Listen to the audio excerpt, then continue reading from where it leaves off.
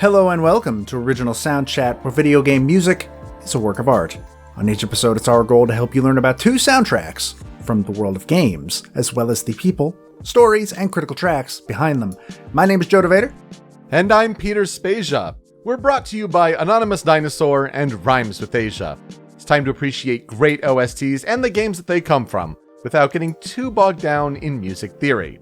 It's our 2-year anniversary, and for these special annual episodes, we've decided to team up to talk about a Super Smash Bros. Game and the 10 critical tracks that go along with it.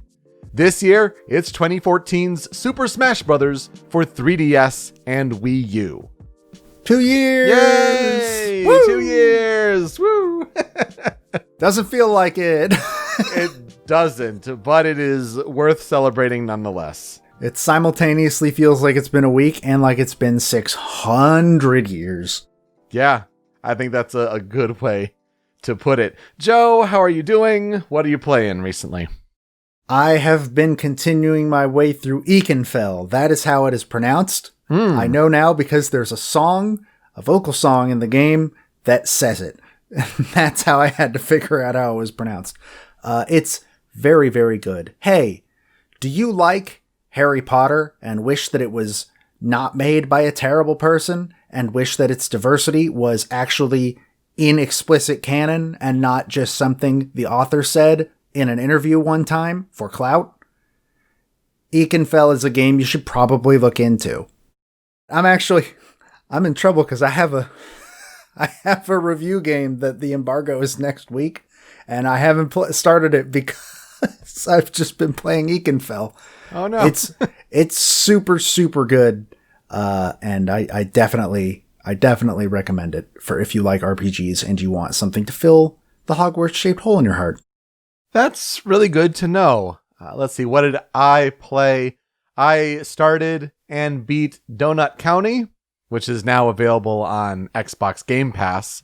Donut County is less than 2 hours, and it's a delight. It's like reverse Katamari, where you start as a hole, and you suck up things essentially in this environment that are, fits the hole your size. And as you swallow more things into the earth, the hole gets bigger. So it's a delightful little game. Very quick. I even went back and cleaned up all the achievements for it. That's an easy 1000G if you care about gamer score on Xbox. It's also very funny. It's a very funny game. Yes. A lot of the dialogue is just fantastic. The more I played it, I thought it was a game right up your alley, and of course you played it before. Of course you did. So that makes sense. I also got into Hitman 3. Did the tutorial, and then, that's from the original Hitman 2016 game, but then did the first 2 levels, and boy, that second level in the manor in England, that's a delight. That's a good time. Though the end got really messy for me. I kind of messed that one up and then got out of there, but just a fun time so far with that game. Yeah, I've heard good things. I heard it described on a different podcast today as having the best club level in video games ever. So yeah, that's about what I'm about to start here. That's the 3rd level. A little bit of a messy launch there at IO Interactive, but I think they kind of sorted out some disconnecting issues that I had. But you basically get to reconnect right there. It wasn't so bad.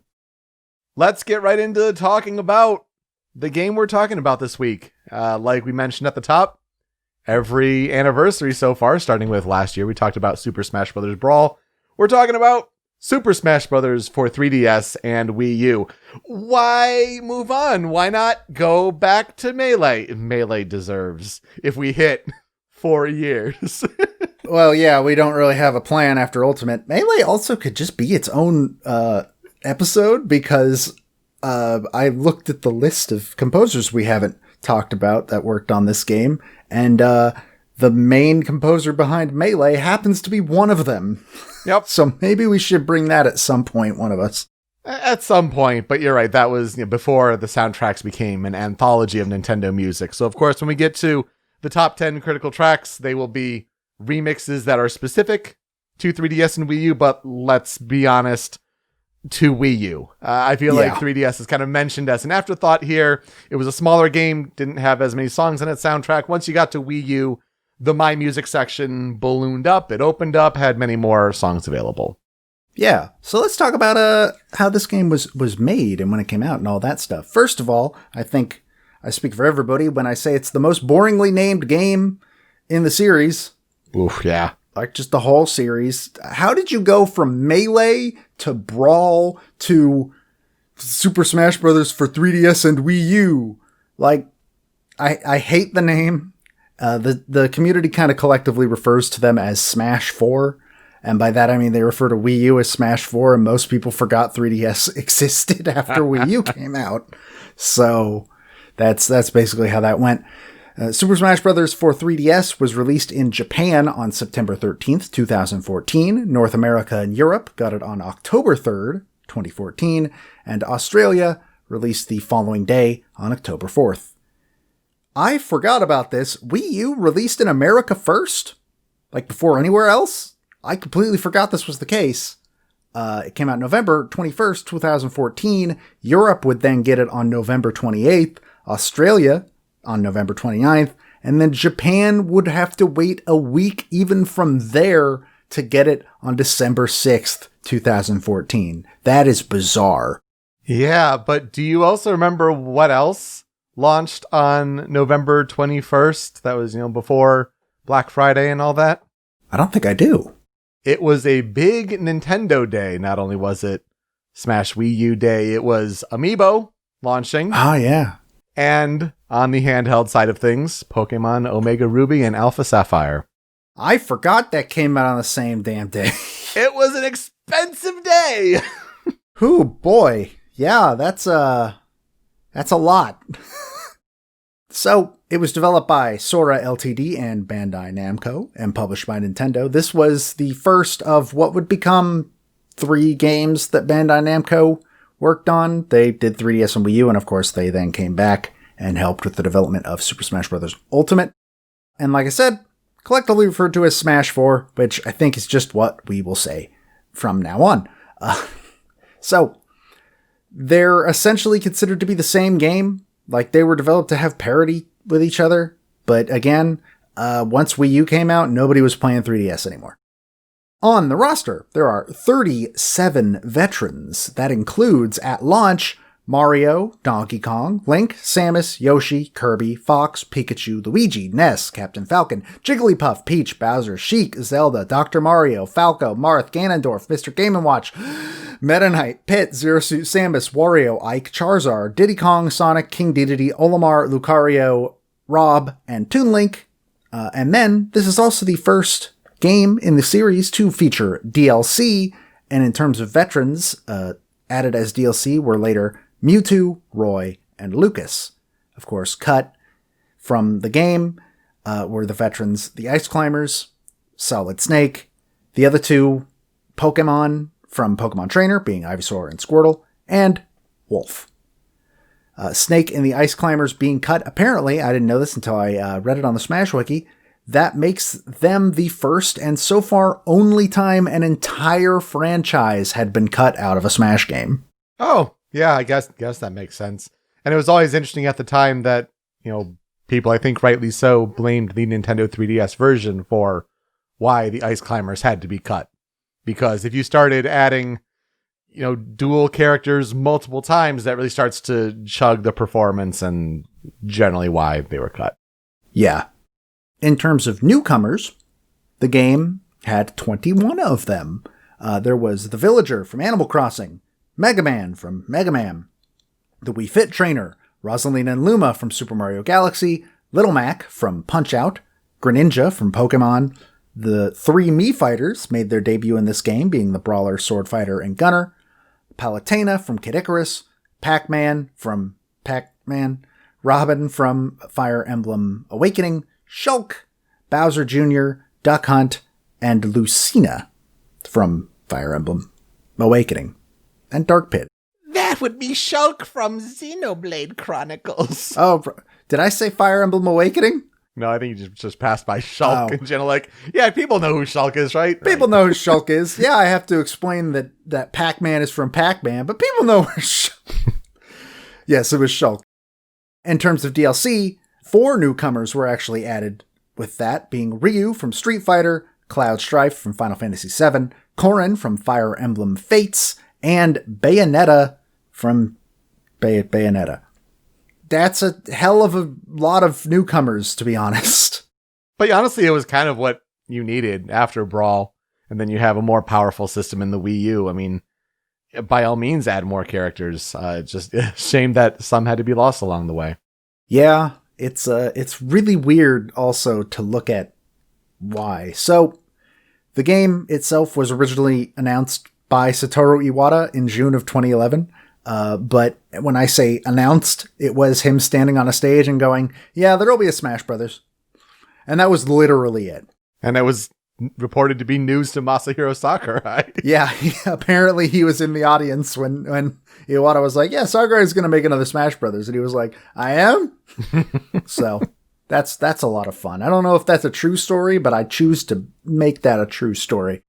All he said during that was that a Smash game was coming, and it would be on both 3DS and Wii U. The game itself would not actually enter full development until Sakurai completed development on Kid Icarus Uprising. The official unveiling of Super Smash Bros. For 3DS and Wii U happened at E3 2013 during the Nintendo Direct. Do you happen to remember where you were when this trailer dropped? Because I do. Gosh, I mean, I was probably at home watching it. I feel like that's where I would have been. But I remember being very excited to see that, Smash game officially announced, possible Dojo website coming back. It was a good time. I was working at a summer camp at the time and happened to have planned my classes to be around the time that Nintendo's E3 Direct would be. And I watched that Direct in the dining hall because it was the only place that had Wi-Fi. That was a big Direct too. If I remember correctly, we mentioned it during the Tropical Freeze episode. Like, that was Tropical Freeze. That was Mario 3D World. I want to say that was Mario Kart 8. It was. Yep. Mm-hmm. Like that, a lot of really good stuff got announced at that specific Direct. It was crazy. So you mentioned the possible return of a dojo-like site. We didn't really get that for 3DS and Wii U because for Brawl's Dojo, it was relatively detailed posts about aspects of the game that dropped every weekday. For 3DS and Wii U, it was just a screenshot. They would share a screenshot every weekday, and there would be a description on Miiverse, and that's the main place you had to go to see that. But there was a website where you could at least look at the day's screenshot. But it was a lot more low key than the dojo. I think they learned from the dojo that you can't just update every day. Sure you can. It was one of the best pre-release hype cycles ever. Oh, it was, but I feel like it also just got very tiring near the end, where it was like he had to do 2 posts about Meta Knight's special moves. I mean, come on. That's true. Newcomers, though, were announced with cinematic trailers for the first time, something that has carried over into Ultimate. And Sakurai pretty much intended this to be a replacement for the cutscenes in a single-player mode like the Subspace Emissary. His reasoning for this being he was a little disappointed and felt that the Subspace Emissary was ruined for first-time players because within a day, all the cutscenes were on YouTube when Brawl came out, which I don't know. I still think that's kind of a dumb reason, but I mean, who am I to judge? But also, if you're going to talk about where a budget's going, talk about an amazing decision. Instead of making cutscenes for the game, put it into hype reveal trailers that the fighting game community, other fighting games as a whole, have tried to emulate this style of revealing characters for their game and the attention that a Smash reveal trailer gets. Nowadays, I mean, 8 years later, I mean, I think Sakurai made the right move, not only for attention for his game, but generating hype in general. Oh, 100%. Smash trailers are some of the best trailers out there that aren't made by Hideo Kojima. It's nuts. as much as I think the reasoning is kind of dumb, no, it was the right decision. It was very much the right decision. I will remember the Little Mac trailer until I die. That trailer was so good. See, I think first immediately the Mega Man trailer, because yeah, also that. It was one thing to start your reveal of the game with Villager, and that's one thing. But then when the Challenger approaching siren came on, and it's looking up on top of that mountain, and it's Rockman. Oh my goodness. Oh yeah, that was one of those. And also Pac-Man has a really, really good, a really good trailer too. Like, they're all fantastic, and Ultimate has just like brought it up to another level. Those are all amazing too. Like the Simon and Richter trailer, like, it's so good. Anyways, so this was alluded to earlier. Because the game needed to be able to run on both 3DS and Wii U, certain things had to be changed so that they could keep parity between the two versions. So for instance, transformations were completely removed, meaning that Zelda and Sheik were now separate characters, and Zero Suit Samus was now her own separate slot instead of being connected to Samus's Final Smash as she was in Brawl. Also, Charizard is the only member of the Pokemon Trainers team to come back, and the Ice Climbers, as you said earlier, they were cut from the game's roster due to the 3DS's technical limitations, though as far as we can tell, they were initially planned. Yeah, I'm sure. They kind of, in terms of gameplay, their goal was to build this game as sort of a middle ground between Melee's fast competitive gameplay and Brawl's slower, more casual friendly gameplay. Whether they actually succeeded at this kind of depends on who you ask. I know that the competitive community kind of like, they tried and then just sort of fell off eventually. Mostly because, it's still not fast enough. And also, like, after they released the last DLC, they just stopped putting in balance patches. So Bayonetta stayed overpowered. Yeah, and there was also a mechanic where if you go like above 100%, different factors start to skew. They call it the rage mechanic. Competitive players didn't like that much either. Yeah, it was kind of a mixed bag. I think it was a fine game, but I'm not a competitive player, and I trust people when they say that it was not a great competitive game. Like, they know more than I do. So in terms of like sort of side modes, I do think that 3DS has the best special mode in any of the games, being Smash Run, which is super dumb. The whole thing. Also, the first game that Kremlings have shown up in like, that's right. In like over a decade. It's just like this big labyrinth that players could like run around in and defeat enemies from all across the different franchises that are represented in Smash. And then they can collect power-ups as they go. And at the end, there's a big like free-for-all where everybody has all the effects and the power-ups that they collected. There's one problem with Smash Run, which I guess is probably a result of it being on the 3DS, is I wish you could like actually see the other players on the map instead of just it going like, they're right here. I wish you could like encounter them, but well. Wii U, however, got a Smash Tour, which is one of the worst side multiplayer modes that Smash has ever had. Smash Tour sucks. It's Mario Party if Mario Party wasn't fun, and sometimes you got to play Super Smash Brothers. And then they tried to put Mario Party in Animal Crossing, and that also didn't work. It was just not a good time for Mario Party things. It sure wasn't, and it didn't. Some might say it still isn't. But yeah, Smash Tour is bad. And also the way that Wii U does classic mode is bad. It was not a good side mode game. I'm going to come right out and say it. Also, they didn't bring back Coin Launcher from Brawl, which seems like it would have been the easiest thing to do. Coin Launcher was the best. I miss Coin Launcher so much. So, also, an addition in Wii U, alongside the series' staple boss fights, Master Hand and Crazy Hand, a new boss fight was put in, being Master Core, a big boss fight with multiple forms that I actually completely forgot about until doing this research. Even though I think he's cool, but he sucks to fight. These forms include Master Giant, Master Beast, Master Edges, which is the stupidest one and I hate it, Master Shadow, and Master Fortress, which I've literally never seen. Fortress only appears on higher difficulties, and even then Master Core appears on like other higher difficulties. I think to get Fortress you need to be playing on the highest difficulty, if I remember correctly. It's something like that if I remember correctly, which could be wrong. Feel free to correct me on social media, but I wanted to say it was like you had to be like 9 or above, like difficulty 9.0 or above to get Master Fortress. Yeah, so I've literally never seen it ever on my own system.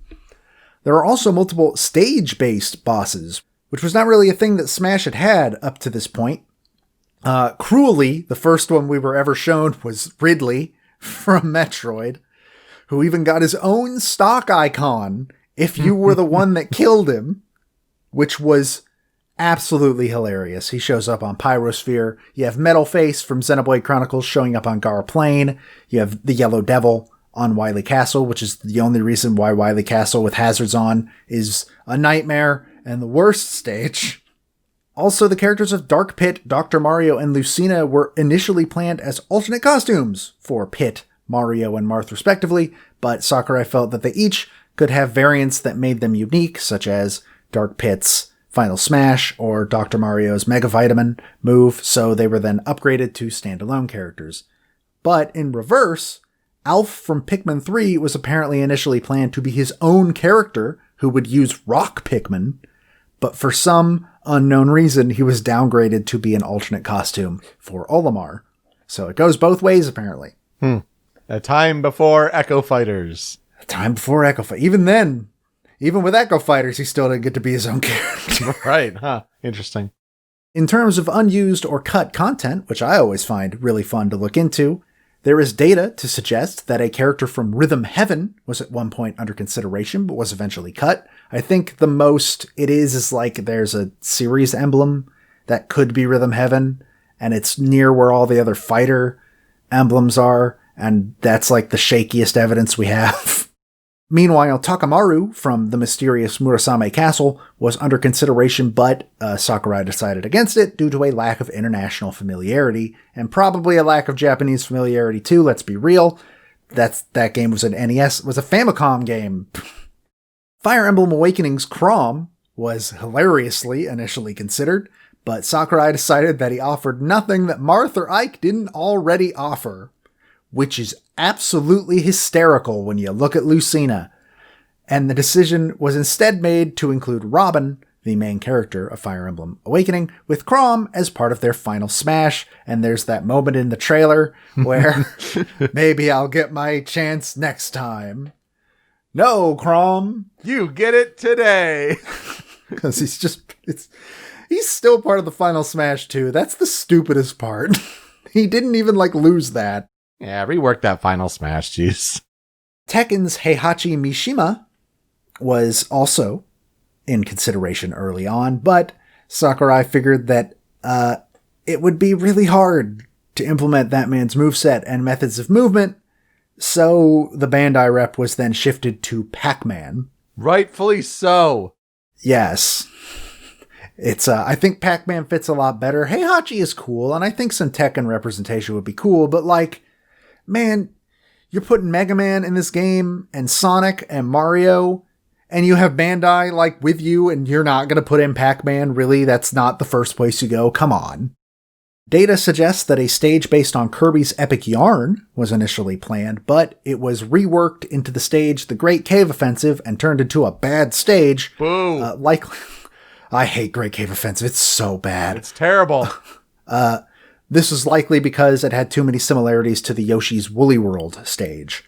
Also, a Super Mario Land stage was also planned, but for unknown reasons was scrapped and reworked into the Dreamland stage in 3DS. We assume that the only thing that was shared between the two was the Game Boy that the stage is being quote unquote displayed on. But yeah, apparently that used to be Super Mario Land and not Dreamland. I didn't know that. I always figured it was just Sakurai going, back to roots because he made Kirby. And like, that would just make sense. I didn't know that. Yeah, I also kind of assumed that was the case. I didn't know that until looking it up today either. I also didn't know that there is data to suggest that there was at one point a Dr. Mario stage, a Brain Age stage, and a Swap Note stage. Little bits and pieces are present in the game's files that might suggest that, including data to suggest that the viruses from Dr. Mario may have been stage bosses or hazards on that stage at one point. Did not know that either. The game reviewed very well at launch. 3DS has a Metacritic of 85, and unsurprisingly, Wii U sits at a 92. Can't imagine why that would be higher. Both games got various awards, like a lot of them. Digital Spy called it the best game of the year. They're apparently a British tech journal or something along the lines. It got Nintendo 3DS Retail Game of the Year from Nintendo Life, from both the readers and staff, Handheld Game of the Year at DICE, the People's Choice Best 3DS Game at IGN, where it was also nominated for Best 3DS Game but did not win, Best Video Game at the People's Choice Awards, and it was nominated for 3DS Game of the Year at GameSpot. Wii U got more awards because it's the game people actually cared about. It was nominated for Destructoid's Best Overall Game and Destructoid Community Choice Award, and it won Best Multiplayer Design, Best Game of the Year from Digital Spy, again, Best Fighting Game at the Game Awards, Best Fighting Game at the Game Critics Awards, Best Nintendo Console Exclusive, and Best Fighting Game from Game Revolution. It was nominated for GameSpot's Wii U Game of the Year, did not win. What would have won that year? Would it have been Bayonetta Mario 2? 3D World? Bayonetta 2, really? Oh, that did come out that year, huh? If I had to guess. I mean, but also it was Mario Kart 8, Tropical Freeze. It was a good year, 2014 for Wii U. Sadly, probably the last good year. For all 7 of us that owned one. Nominated for Games Radar's Game of the Year, it won Best Fighting Game. Nominated for Game Trailer's Best Multiplayer and Best Wii U Game, it won Best Fighting Game there as well. Nominated for Giant Bomb's Best Local Multiplayer, did not win. Won Metacritic's Game of the Year. Hey, Metacritic does a Game of the Year award? I didn't know that. Sure did. It was Last of Us Part 2 last year. Is it just like straight up just the Metacritic scores? It's that combined with the like data that comes with like how many critics reviewed it, things like that. Yeah. That makes sense. It won Overall Game of the Year and Wii U Retail Game of the Year in Nintendo Life's Reader Awards while being nominated but not winning either award in the same sections on the staff side. Game of the Year from USA Today, did not realize they did a Game of the Year award either. Fighting Game of the Year at DICE, nominated at IGN for Best Music, Best Overall Game, Best Sound Design, and Best Wii U Game, and it won Best Competitive Multiplayer, People's Choice Best Competitive Multiplayer, and People's Choice Best Wii U Game, and of course, it won Best Video Game at the People's Choice Awards. That is a lot of awards. That is a lot. But also when it comes to just how much this game has going for it, let's talk about the composers. Because when we talk about composers, I say we should talk about more about the arrangers. Because if we talked about the composers of all of the music that the game has, yeah, we'd be here for a very, very long time, stretching across many, many games when Super Smash Bros. Sometimes just uses the original track in there. But when it comes to songs that are remixed, let's talk about the composers who did arrangements. From the composers that we've discussed, we have Ace, which is comprised of Tomori Kudo and Chiko, Atsuko Asahi, Minako Hamano, Masashi Hamauzu, Noriyuki Iwadare, Shota Kageyama, Manaka Kataoka, Koji Kondo, Yuzo Koshiro, Toru Minigishi, Yasunori Mitsuda, Ryo Nagamatsu, Junichi Nakatsuru, Keiichi Okabe, Motoi Sakuraba, Tetsuya Shibata, Yoko Shimomura, Masafumi Takada, Hirokazu Hip Tanaka, Kumi Tanioka, Kazumi Totaka, Yuka Tsujiyoko, Hajime Wakai, Kenji Yamamoto, Michiru Yamane, and Mahito Yokota. Those were all the ones that we've talked about on this show before. They have their own respective episodes if you'd like to go and research and do a deep dive. in there. And it's a lot of them. I mean, it really is, my goodness. But even more are the composers that we still have to cover. So, Hirokazu Ando, Masato Koda, Yasufumi Fukuda, Ryo Hamamoto, Hiroki Hashimoto, Yoshinori Hirai, Taku Inoue, Masaki Iwasaki, Jesam, Arata Iyoshi, Tadashi Ikegami, Yutaka Iraha, Hideki Ishigaki, Kentaro Ishizaka, Asuka Ito, Kenji Ito, Akari Kaida, Yukio Kaneoka, Saki Kasuga, Hiroyuki Kawada, Maki Kirioka, Takuto Kitsuta, Koji Hayama, Manami Kiyota, Keiki Kobayashi, Linda AI-CUE, Yuji Masubuchi, Tsukasa Masuko, Daisuke Matsuoka, Seiji Momoi, Michiko Naruke, Manabu Namiki, Takahiro Nishi, Hiroshi Okubo, Kenichi Okuma, Hideki Onoe, Keigo Ozaki, Shogo Sakai, Tomoko Sasaki, Toshiyuki Sudo, Yusuke Takahama, Kota Takahashi, Katsuro Tajima, Nobuko Toda, Torine, Shohei Tsuchiya, or goes by Zuntata, Ryo Watanabe, and Yoshihito Yano. Whew. Those are some Japanese names. And a lot of them. Wow. There's... Oh, jeez. So in case you ever have to wonder, like, oh, are you guys ever going to run out of composers? No. Well, those are just the Smash ones right there. So we might hit points where we need to repeat composers to talk about some of the big games, but we will never run out. Absolutely. There's not really much to say on the historical development research for this game. It's just sort of business as usual for a Smash game since Brawl. Apparently the original music was handled by Bandai Namco's sound team specifically. But then the closest to an official release that the OST received was an incomplete 2-disc promotional soundtrack that was only available to Club Nintendo members who registered both versions of the game. Did you get this one? I did. Sure did, yep. Don't know where it is, but I did. No, I couldn't tell you where my CDs in general are. So, yeah, I remember that. It's like, like 15, 16 tracks?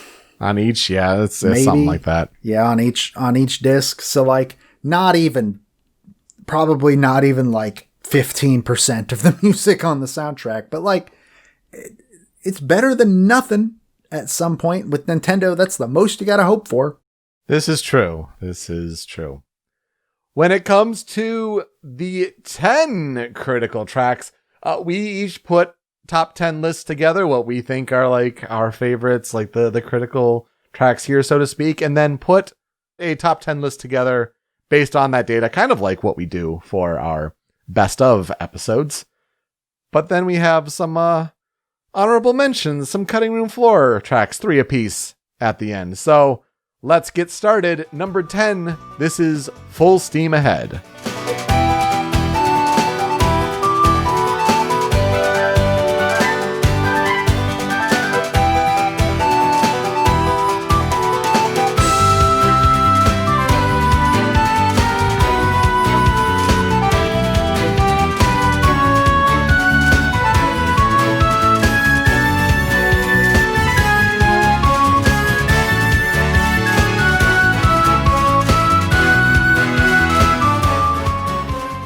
This song originally from The Legend of Zelda Spirit Tracks, which was originally composed by Toru Minagishi and Manaka Tominaga, that's Manaka Kataoka's maiden name. This arrangement in Smash 4, done by Michiko Naruke of Wild Arms fame. Which you could hear the Wild Arms in the song. I absolutely adore this song, mainly because, hey, Zelda music needs more banjo, it turns out. Yeah, I think the instrumentation for this one really fleshes out like the original vision of that song on DS, but just making it sound more full and really bringing that riding on a train across the overworld. It's a great song. It's a really, really good arrangement. Wow. I've never played Spirit Tracks. I kind of want to. Started it, then didn't get too far. I'm sure it's a fine game, yeah. The only DS one I played is Phantom Hourglass, which is one of my least favorite games of all time. That game is terrible. Well, Spirit Tracks is better than that from what I know. I've heard that Spirit Tracks is pretty good. Yeah. But this was on your list, and I think it's a good pick and fitting here.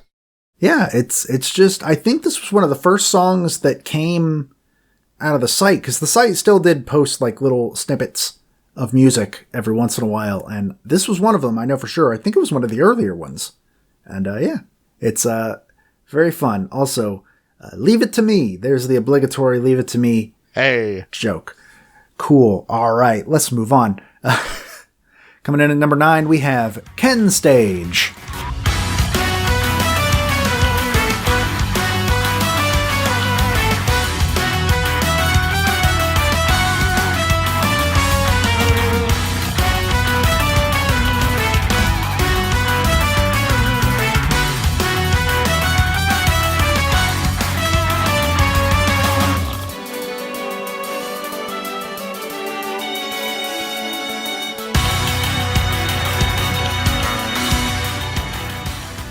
This is originally a song from Street Fighter II that was originally composed by Yoko Shimomura. May she always reign above us. And this specific arrangement was done by Ryo Hamamoto. I think this is like the only DLC song we have on this top 10. I think so. Yeah, that's right. So it plays on Suzaku Castle, which is the stage that came with Ryu when he got added. I'm always down to hear more Ken's theme. Ken's theme is great. Cool. Yeah, I think Ken's theme is one of the best from that original slate of Street Fighter II tracks.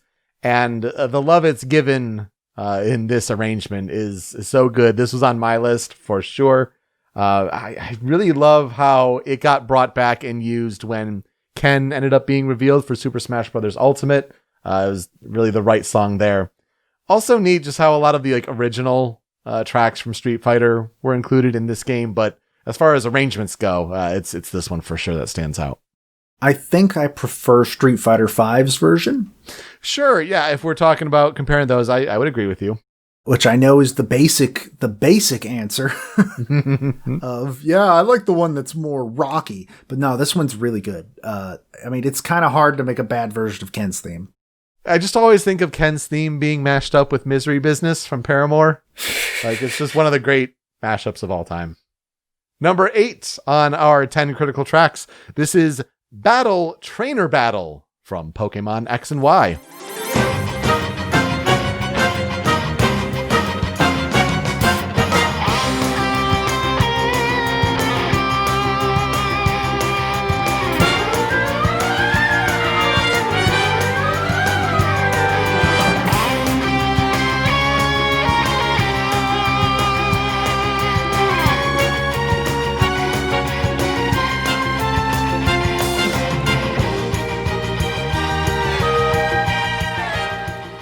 Like many Pokemon battle tracks, originally composed by Junichi Masuda, of course it's featured in Pokemon X and Y, but this arrangement was done by Yuzo Koshiro. Yeah. Makes it great. He does amazing work. I did not know that coming into this, though. I think I remember that being like the big moment of like, oh, it was him. All right, now I know why this is so good. This was also used in Greninja's trailer when he was revealed, because he's, the X and Y rep. Sorry, Gen 5. You don't get one, I guess.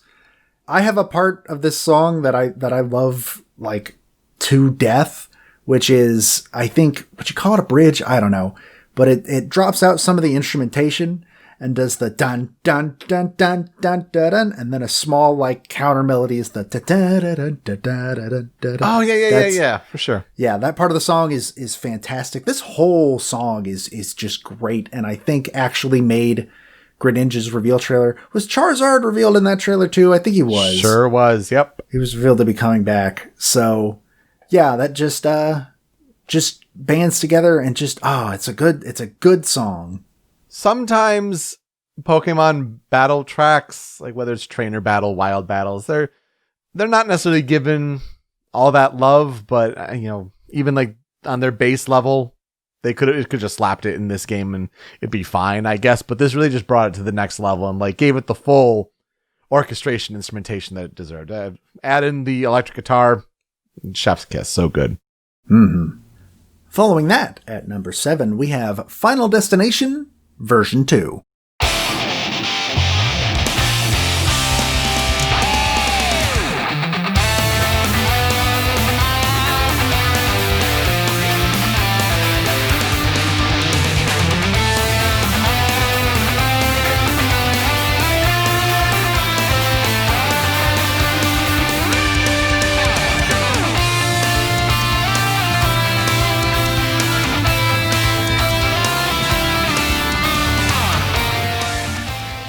This is actually the only original one we have that was made for this game on this list.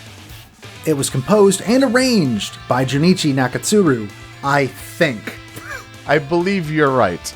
I tried to look it up. God knows I tried. And the closest to a solid confirmation I could find was people throwing around that it was, in fact, Junichi Nakatsuru, because original composer on this song in all of the wikis is just written down as Bandai Namco, and companies can't write music.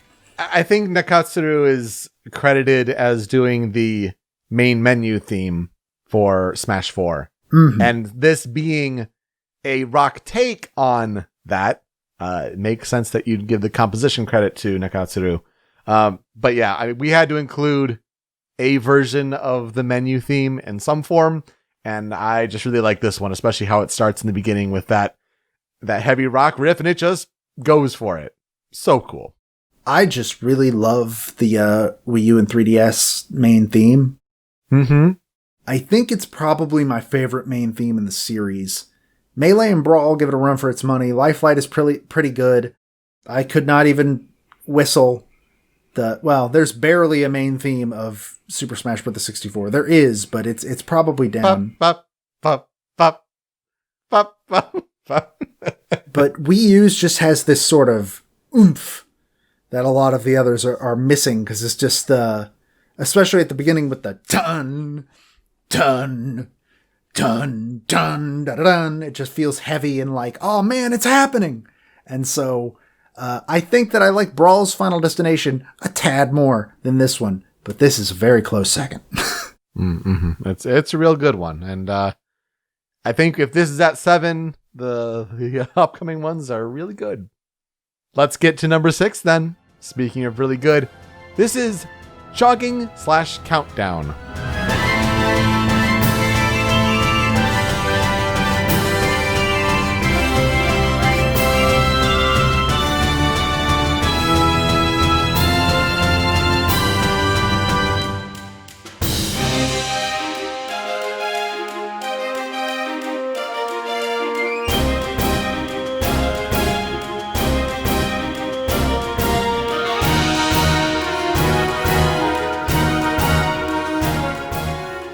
So this mashup of songs comes from Punch-Out!, which was originally composed by Yukio Kaneoka, Akito Nakatsuka, and Kenji Yamamoto. This arrangement, though, Kumi Tanioka. Okay, I see you. Yeah. Going from Crystal Chronicles to this. Really, really nice. And this is also, I mentioned the Little Mac trailer earlier in the episode. This is the song that accompanied it. Punch-Out music is so good, and there's not enough of it. I could not find the specific artists that composed these specific tracks. That's just a list of the 3 people that were on the soundtrack for Punch-Out! On the NES, because I just can't find it anywhere. Back in those days, it was kind of difficult to find who wrote what. Mm-hmm. But this song is super good. I think the countdown section is my favorite part of the whole thing. It's a great transition into it, and that's why I needed to put it in the clip, because, yeah, it's one thing to have the dum, dum, dum, dum, da, dum, dum, dum. Like, that's the famous Punch-Out! Theme, right? But to have a bit of that and then transition into the countdown theme, it's real cool. And I can't hear it without hearing, "You ain't no air fighter, Mac." As he flings himself off stage. Like I did so many times. I used to suicide so often with Little Mac that they started calling it doing adoba if you jumped off the side with his side special. I was so bad about not doing that. Oh no. But you know what's not bad? Perfect segue. You nailed it, Joe. Number 5, we have the Xenoblade Chronicles Medley.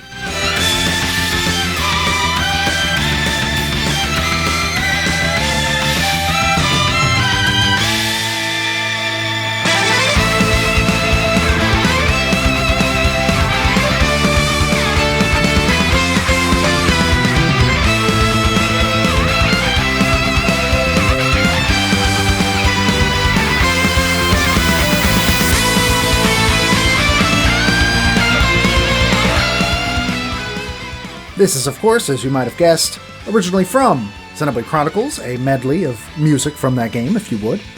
Originally composed by Ace and Kenji Hiramatsu, which I believe when it's that group, they call themselves Ace Plus, specifically. You got it. And this arrangement was by Ace, being Tomori Kudo and Chico. And wow, this one rocks. Like, wow.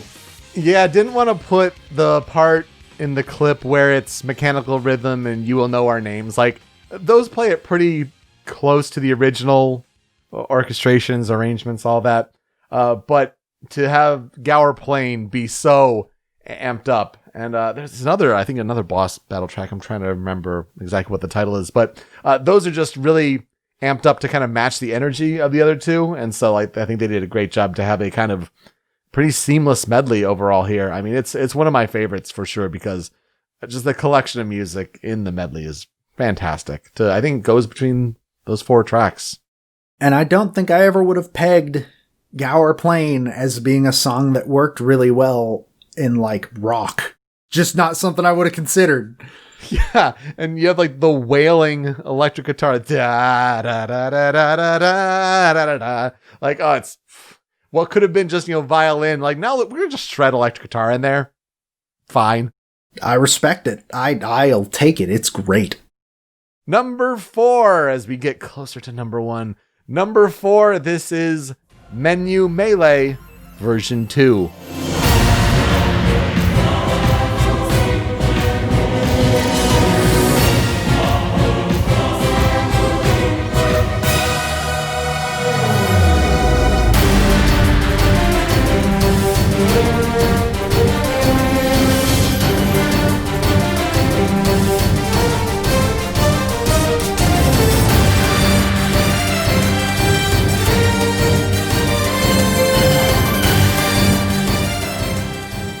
As you might have guessed, this is originally from Super Smash Bros. Melee.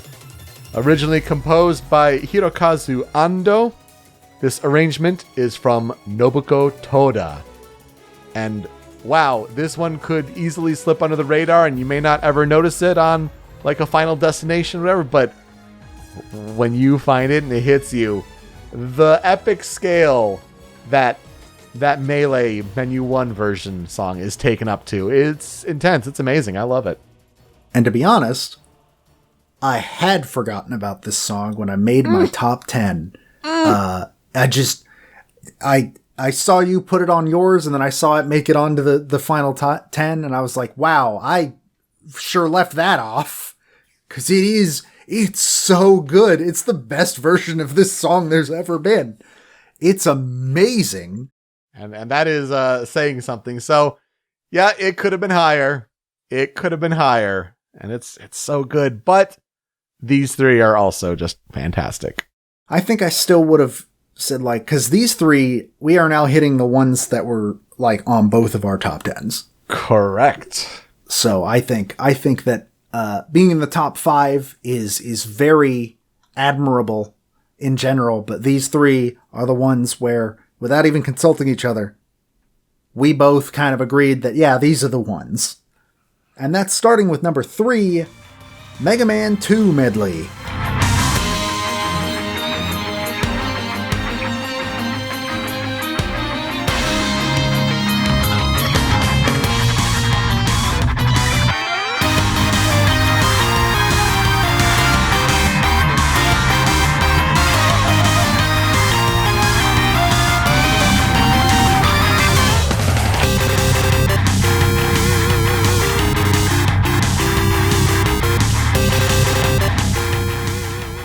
Of course, as you again might have guessed, it's from Mega Man 2, a medley of songs from that game.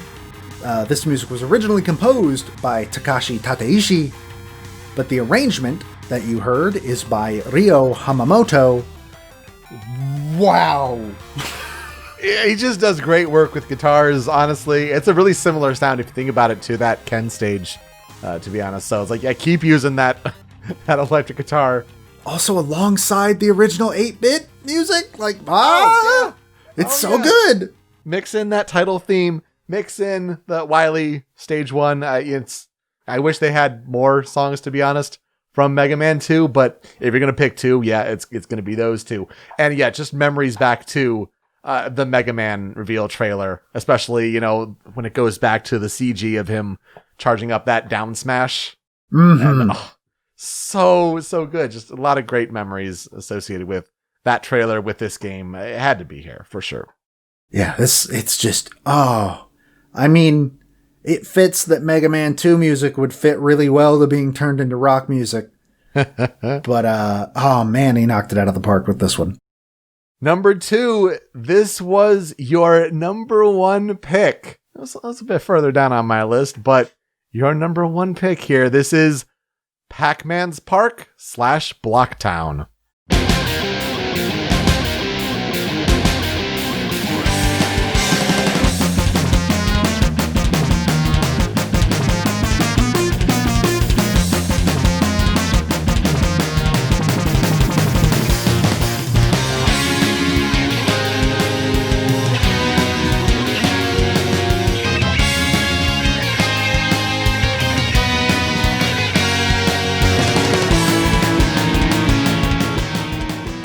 It comes from the game Pac-Mania, which was originally composed by Junko Ozawa.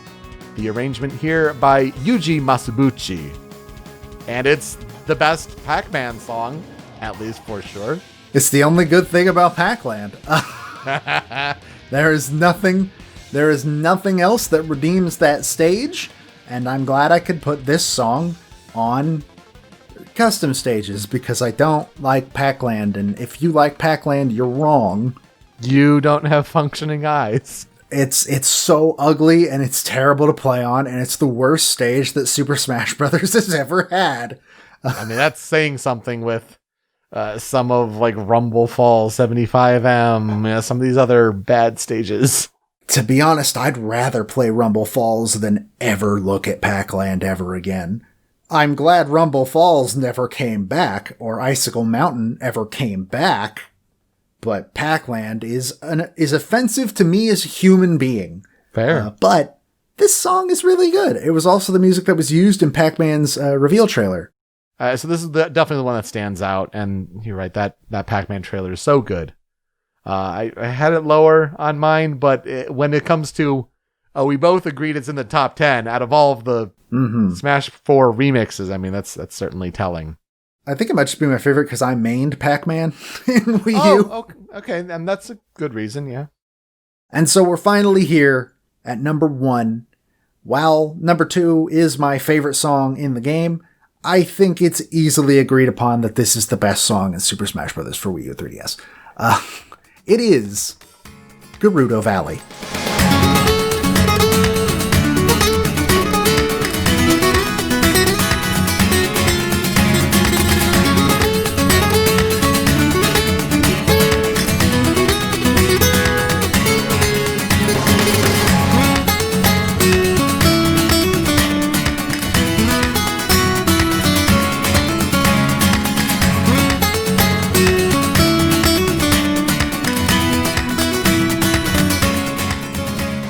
Originally from The Legend of Zelda Ocarina of Time, which was originally composed by Koji Kondo, this arrangement was again by Ryo Hamamoto, really, really killing it on this soundtrack. He's the star here, okay.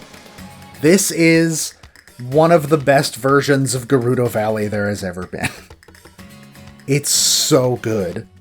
I think it takes the original vision of an amazing song that was ahead of its time on Nintendo 64, for sure. But then to give it more artistry and flair and this flamenco style to it, I mean, my goodness, the performances in this track are just next level good, and it just amplifies an already amazing Nintendo track. Yeah, Gerudo Valley is like an all-timer, just in general. And this, man, we should probably figure out what Ryo Hamamoto worked on outside of this and do an episode on him. I'm sure we can do that rather soon. Oh, probably. So, let's get into tracks on the cutting room floor. My first one is King Dedede's theme.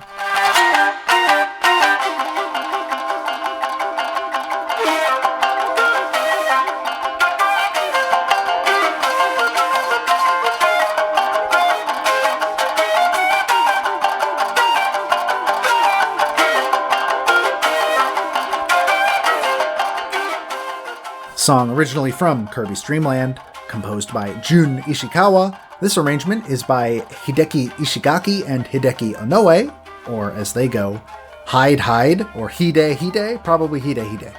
Wow, I don't think this is as good as the Yokoshimamura version in Brawl. I think that still beats it out, but this like traditional Japanese, like koto and a flute and all that, it's a really cool take on Dedede's theme, and I just dig it a lot. I don't think I had ever heard it. So thank you for bringing it to my attention. That's really cool. It gives me big Ghost of Tsushima soundtrack vibes, and I really appreciate that. Somebody mod that into Ghost of Tsushima. Find a way. Final boss. Yes. My second song on the cutting room floor is Bath Time Theme Vocal Mix.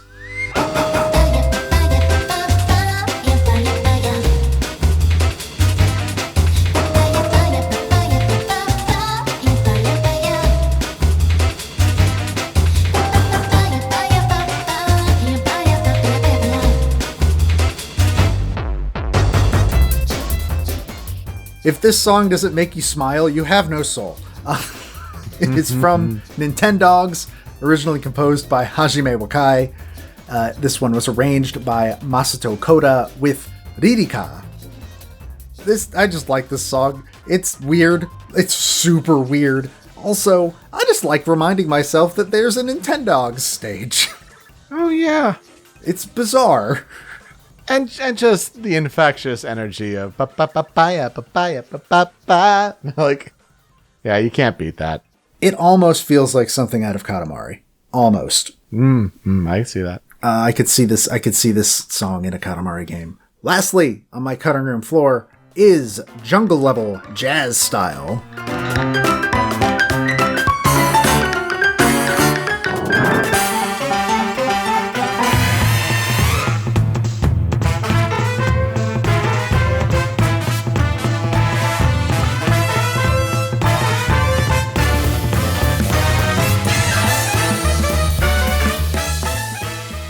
The song originally from Donkey Kong Country, originally composed by David Wise. We actually just covered him a couple weeks ago, if you are curious about that. It was arranged by Hiroyuki Kawada. I adore when they take DK Island Swing and make it more swing. Yeah. There are so many arrangements that have done it. This is one of my favorites. It is kind of weird when it turns into like a song you'd hear in a saloon, like you heard at the beginning of the clip. It just turns into like somebody playing in a cantina for a few seconds. That's weird. I will admit that part is bizarre. But when this song is just doing the hard jazz stuff, oh, chef's kiss. It's so good. Really good cutting room floor tracks there. Mine are okay as well, I think. For me, my first one is Airman Stage.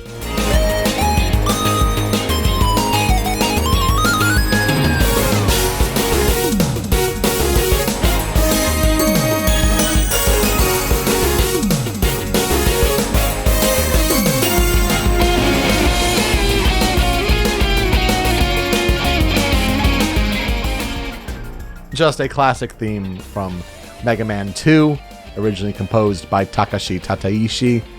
And this one is arranged by Noriyuki Iwadare, who has done the recent Ace Attorney tracks. And you know what? You could definitely hear that inspiration there. Like some of the synths going in there and like the chimes that come in. Yeah, what a good arrangement. I almost thought it could have been Ryo Hamamoto because it has, that kind of rocking guitar energy, but definitely a fan of this one for sure. This one was almost on my list, but I tried to keep it so that some franchises weren't more represented than the others, and if it was between this and the Mega Man 2 medley, it's the Mega Man 2 medley all the way. But this remix is fantastic. For sure. Another one is Dark Lord.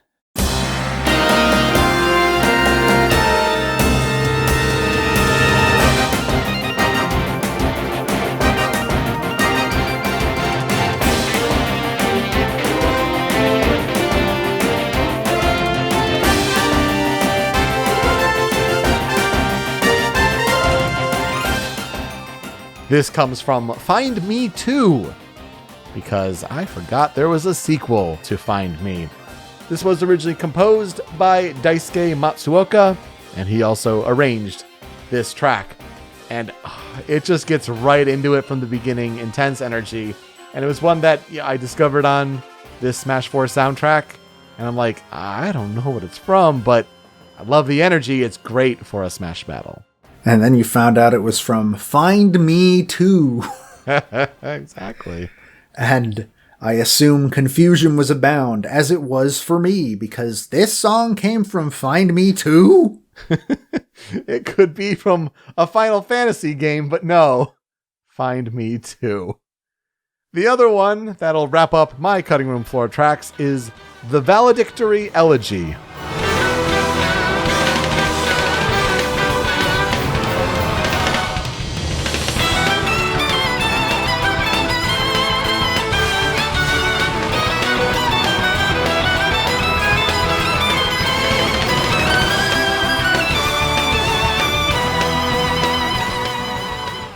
This track comes from Baten Kaitos Origins.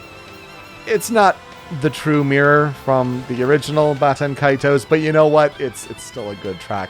Originally composed by Motoi Sakuraba and also arranged by Sakuraba. Just killing it on the violin. Joe, I'm sure that as you've played the violin growing up and all that, just mad skills on display here. Oh yeah. That violinist is killing it. I know nothing about Baten Kaitos, but I do know that maybe I should look into Baten Kaitos. This arrangement is so good, and yeah, it's the strings that make it. Yeah, it just really stands out to me. What will I never forget about Super Smash Bros. For 3DS and Wii U? I remember taking the 3DS version to a Big House tournament that was the next day after launch or something like that. I remember when those were in Ann Arbor, Michigan. Good times. Playing some matches, remotely, portably, all that good stuff. And then, yeah, what an expensive day on November 21st, 2014. My goodness. But yeah, a game that was fun, especially, once the DLC became a factor and it's what's behind the Smash ballot, right?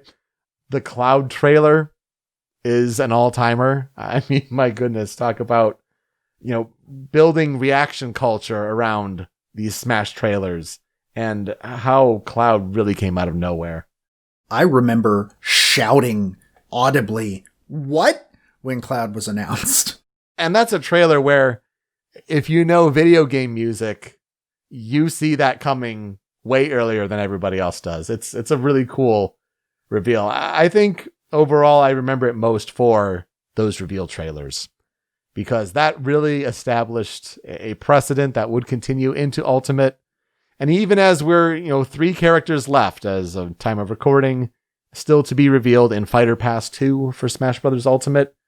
I mean, we're waiting on those trailers with bated breath. It's an exciting thing to anticipate for sure. And it's all because of what Sakurai did starting with this game. I'm roughly in the same boat. I think the trailers are what I'm going to remember the most, though. I think this game kind of had its lunch eaten by Ultimate. Because, how do you compare the two now? Ultimate is just a whole new level of all of it.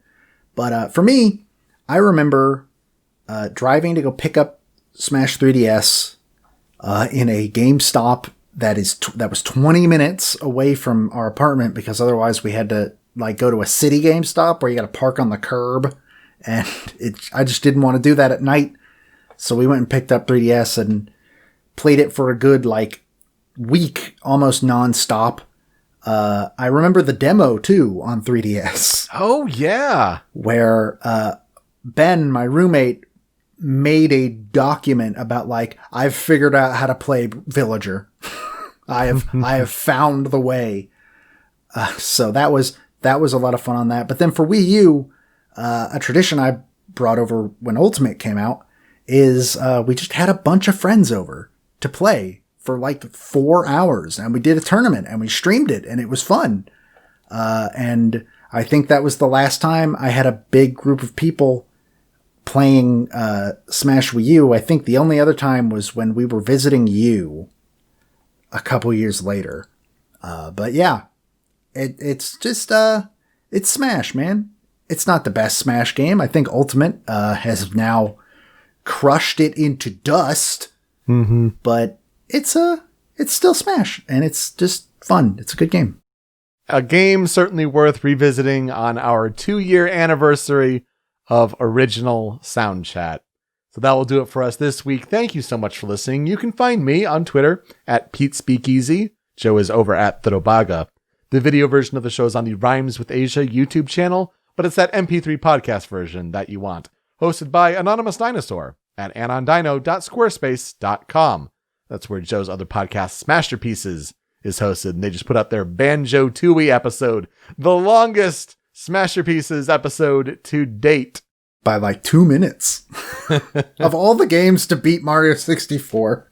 Yeah, that's fair. So Smasherpieces and original Soundchat can be found on podcast services all around the globe, wherever you get your podcasts, including Spotify, where we have our feed of episodes, like normal for most podcasts, but we also have a Spotify playlist. If we talk a video game music track on this show, and it's on Spotify, it's getting added to that playlist. You know, Joe, it's a Nintendo game for Super Smash Bros., so probably not on Spotify. No, it is not. But I do have some stats to end this second year, which is, with this second year behind us, the Spotify playlist now contains 879 tracks, totaling 51 hours and 21 minutes of music. Over 2 days worth of songs. Wow, and when you consider just how much is missing from Spotify, that's just amazing. Mm-hmm. Basically about 90% of the stuff that's not Nintendo is on Spotify, but like 10% of that is still a lot missing. Like, whew. Yeah, oh my goodness. We're still figuring our merch situation out, so let us know if you have good recommendations of websites that we should go to put up our merch. And then we're working on bonus tracks in the near future with Best of 2017. Joe, who are we talking about next week? I will be talking about Luke Esquivel. I will be talking about T-Lopes. Oh yes, It is time for that game. Let's go. All right, Joe, let's play us out. Well, I mean, we got to go to one of our old faithfuls that we have, I think, probably featured more than any other remix channel on this show, if I had to take a guess, because this is like the 4th or 5th time that this person has come up. He's up there. Being Game Metal, who did his own remix of the main theme, and it's very good. Thank you so much for listening this week on Original Soundchat. We'll see you next time. Take care.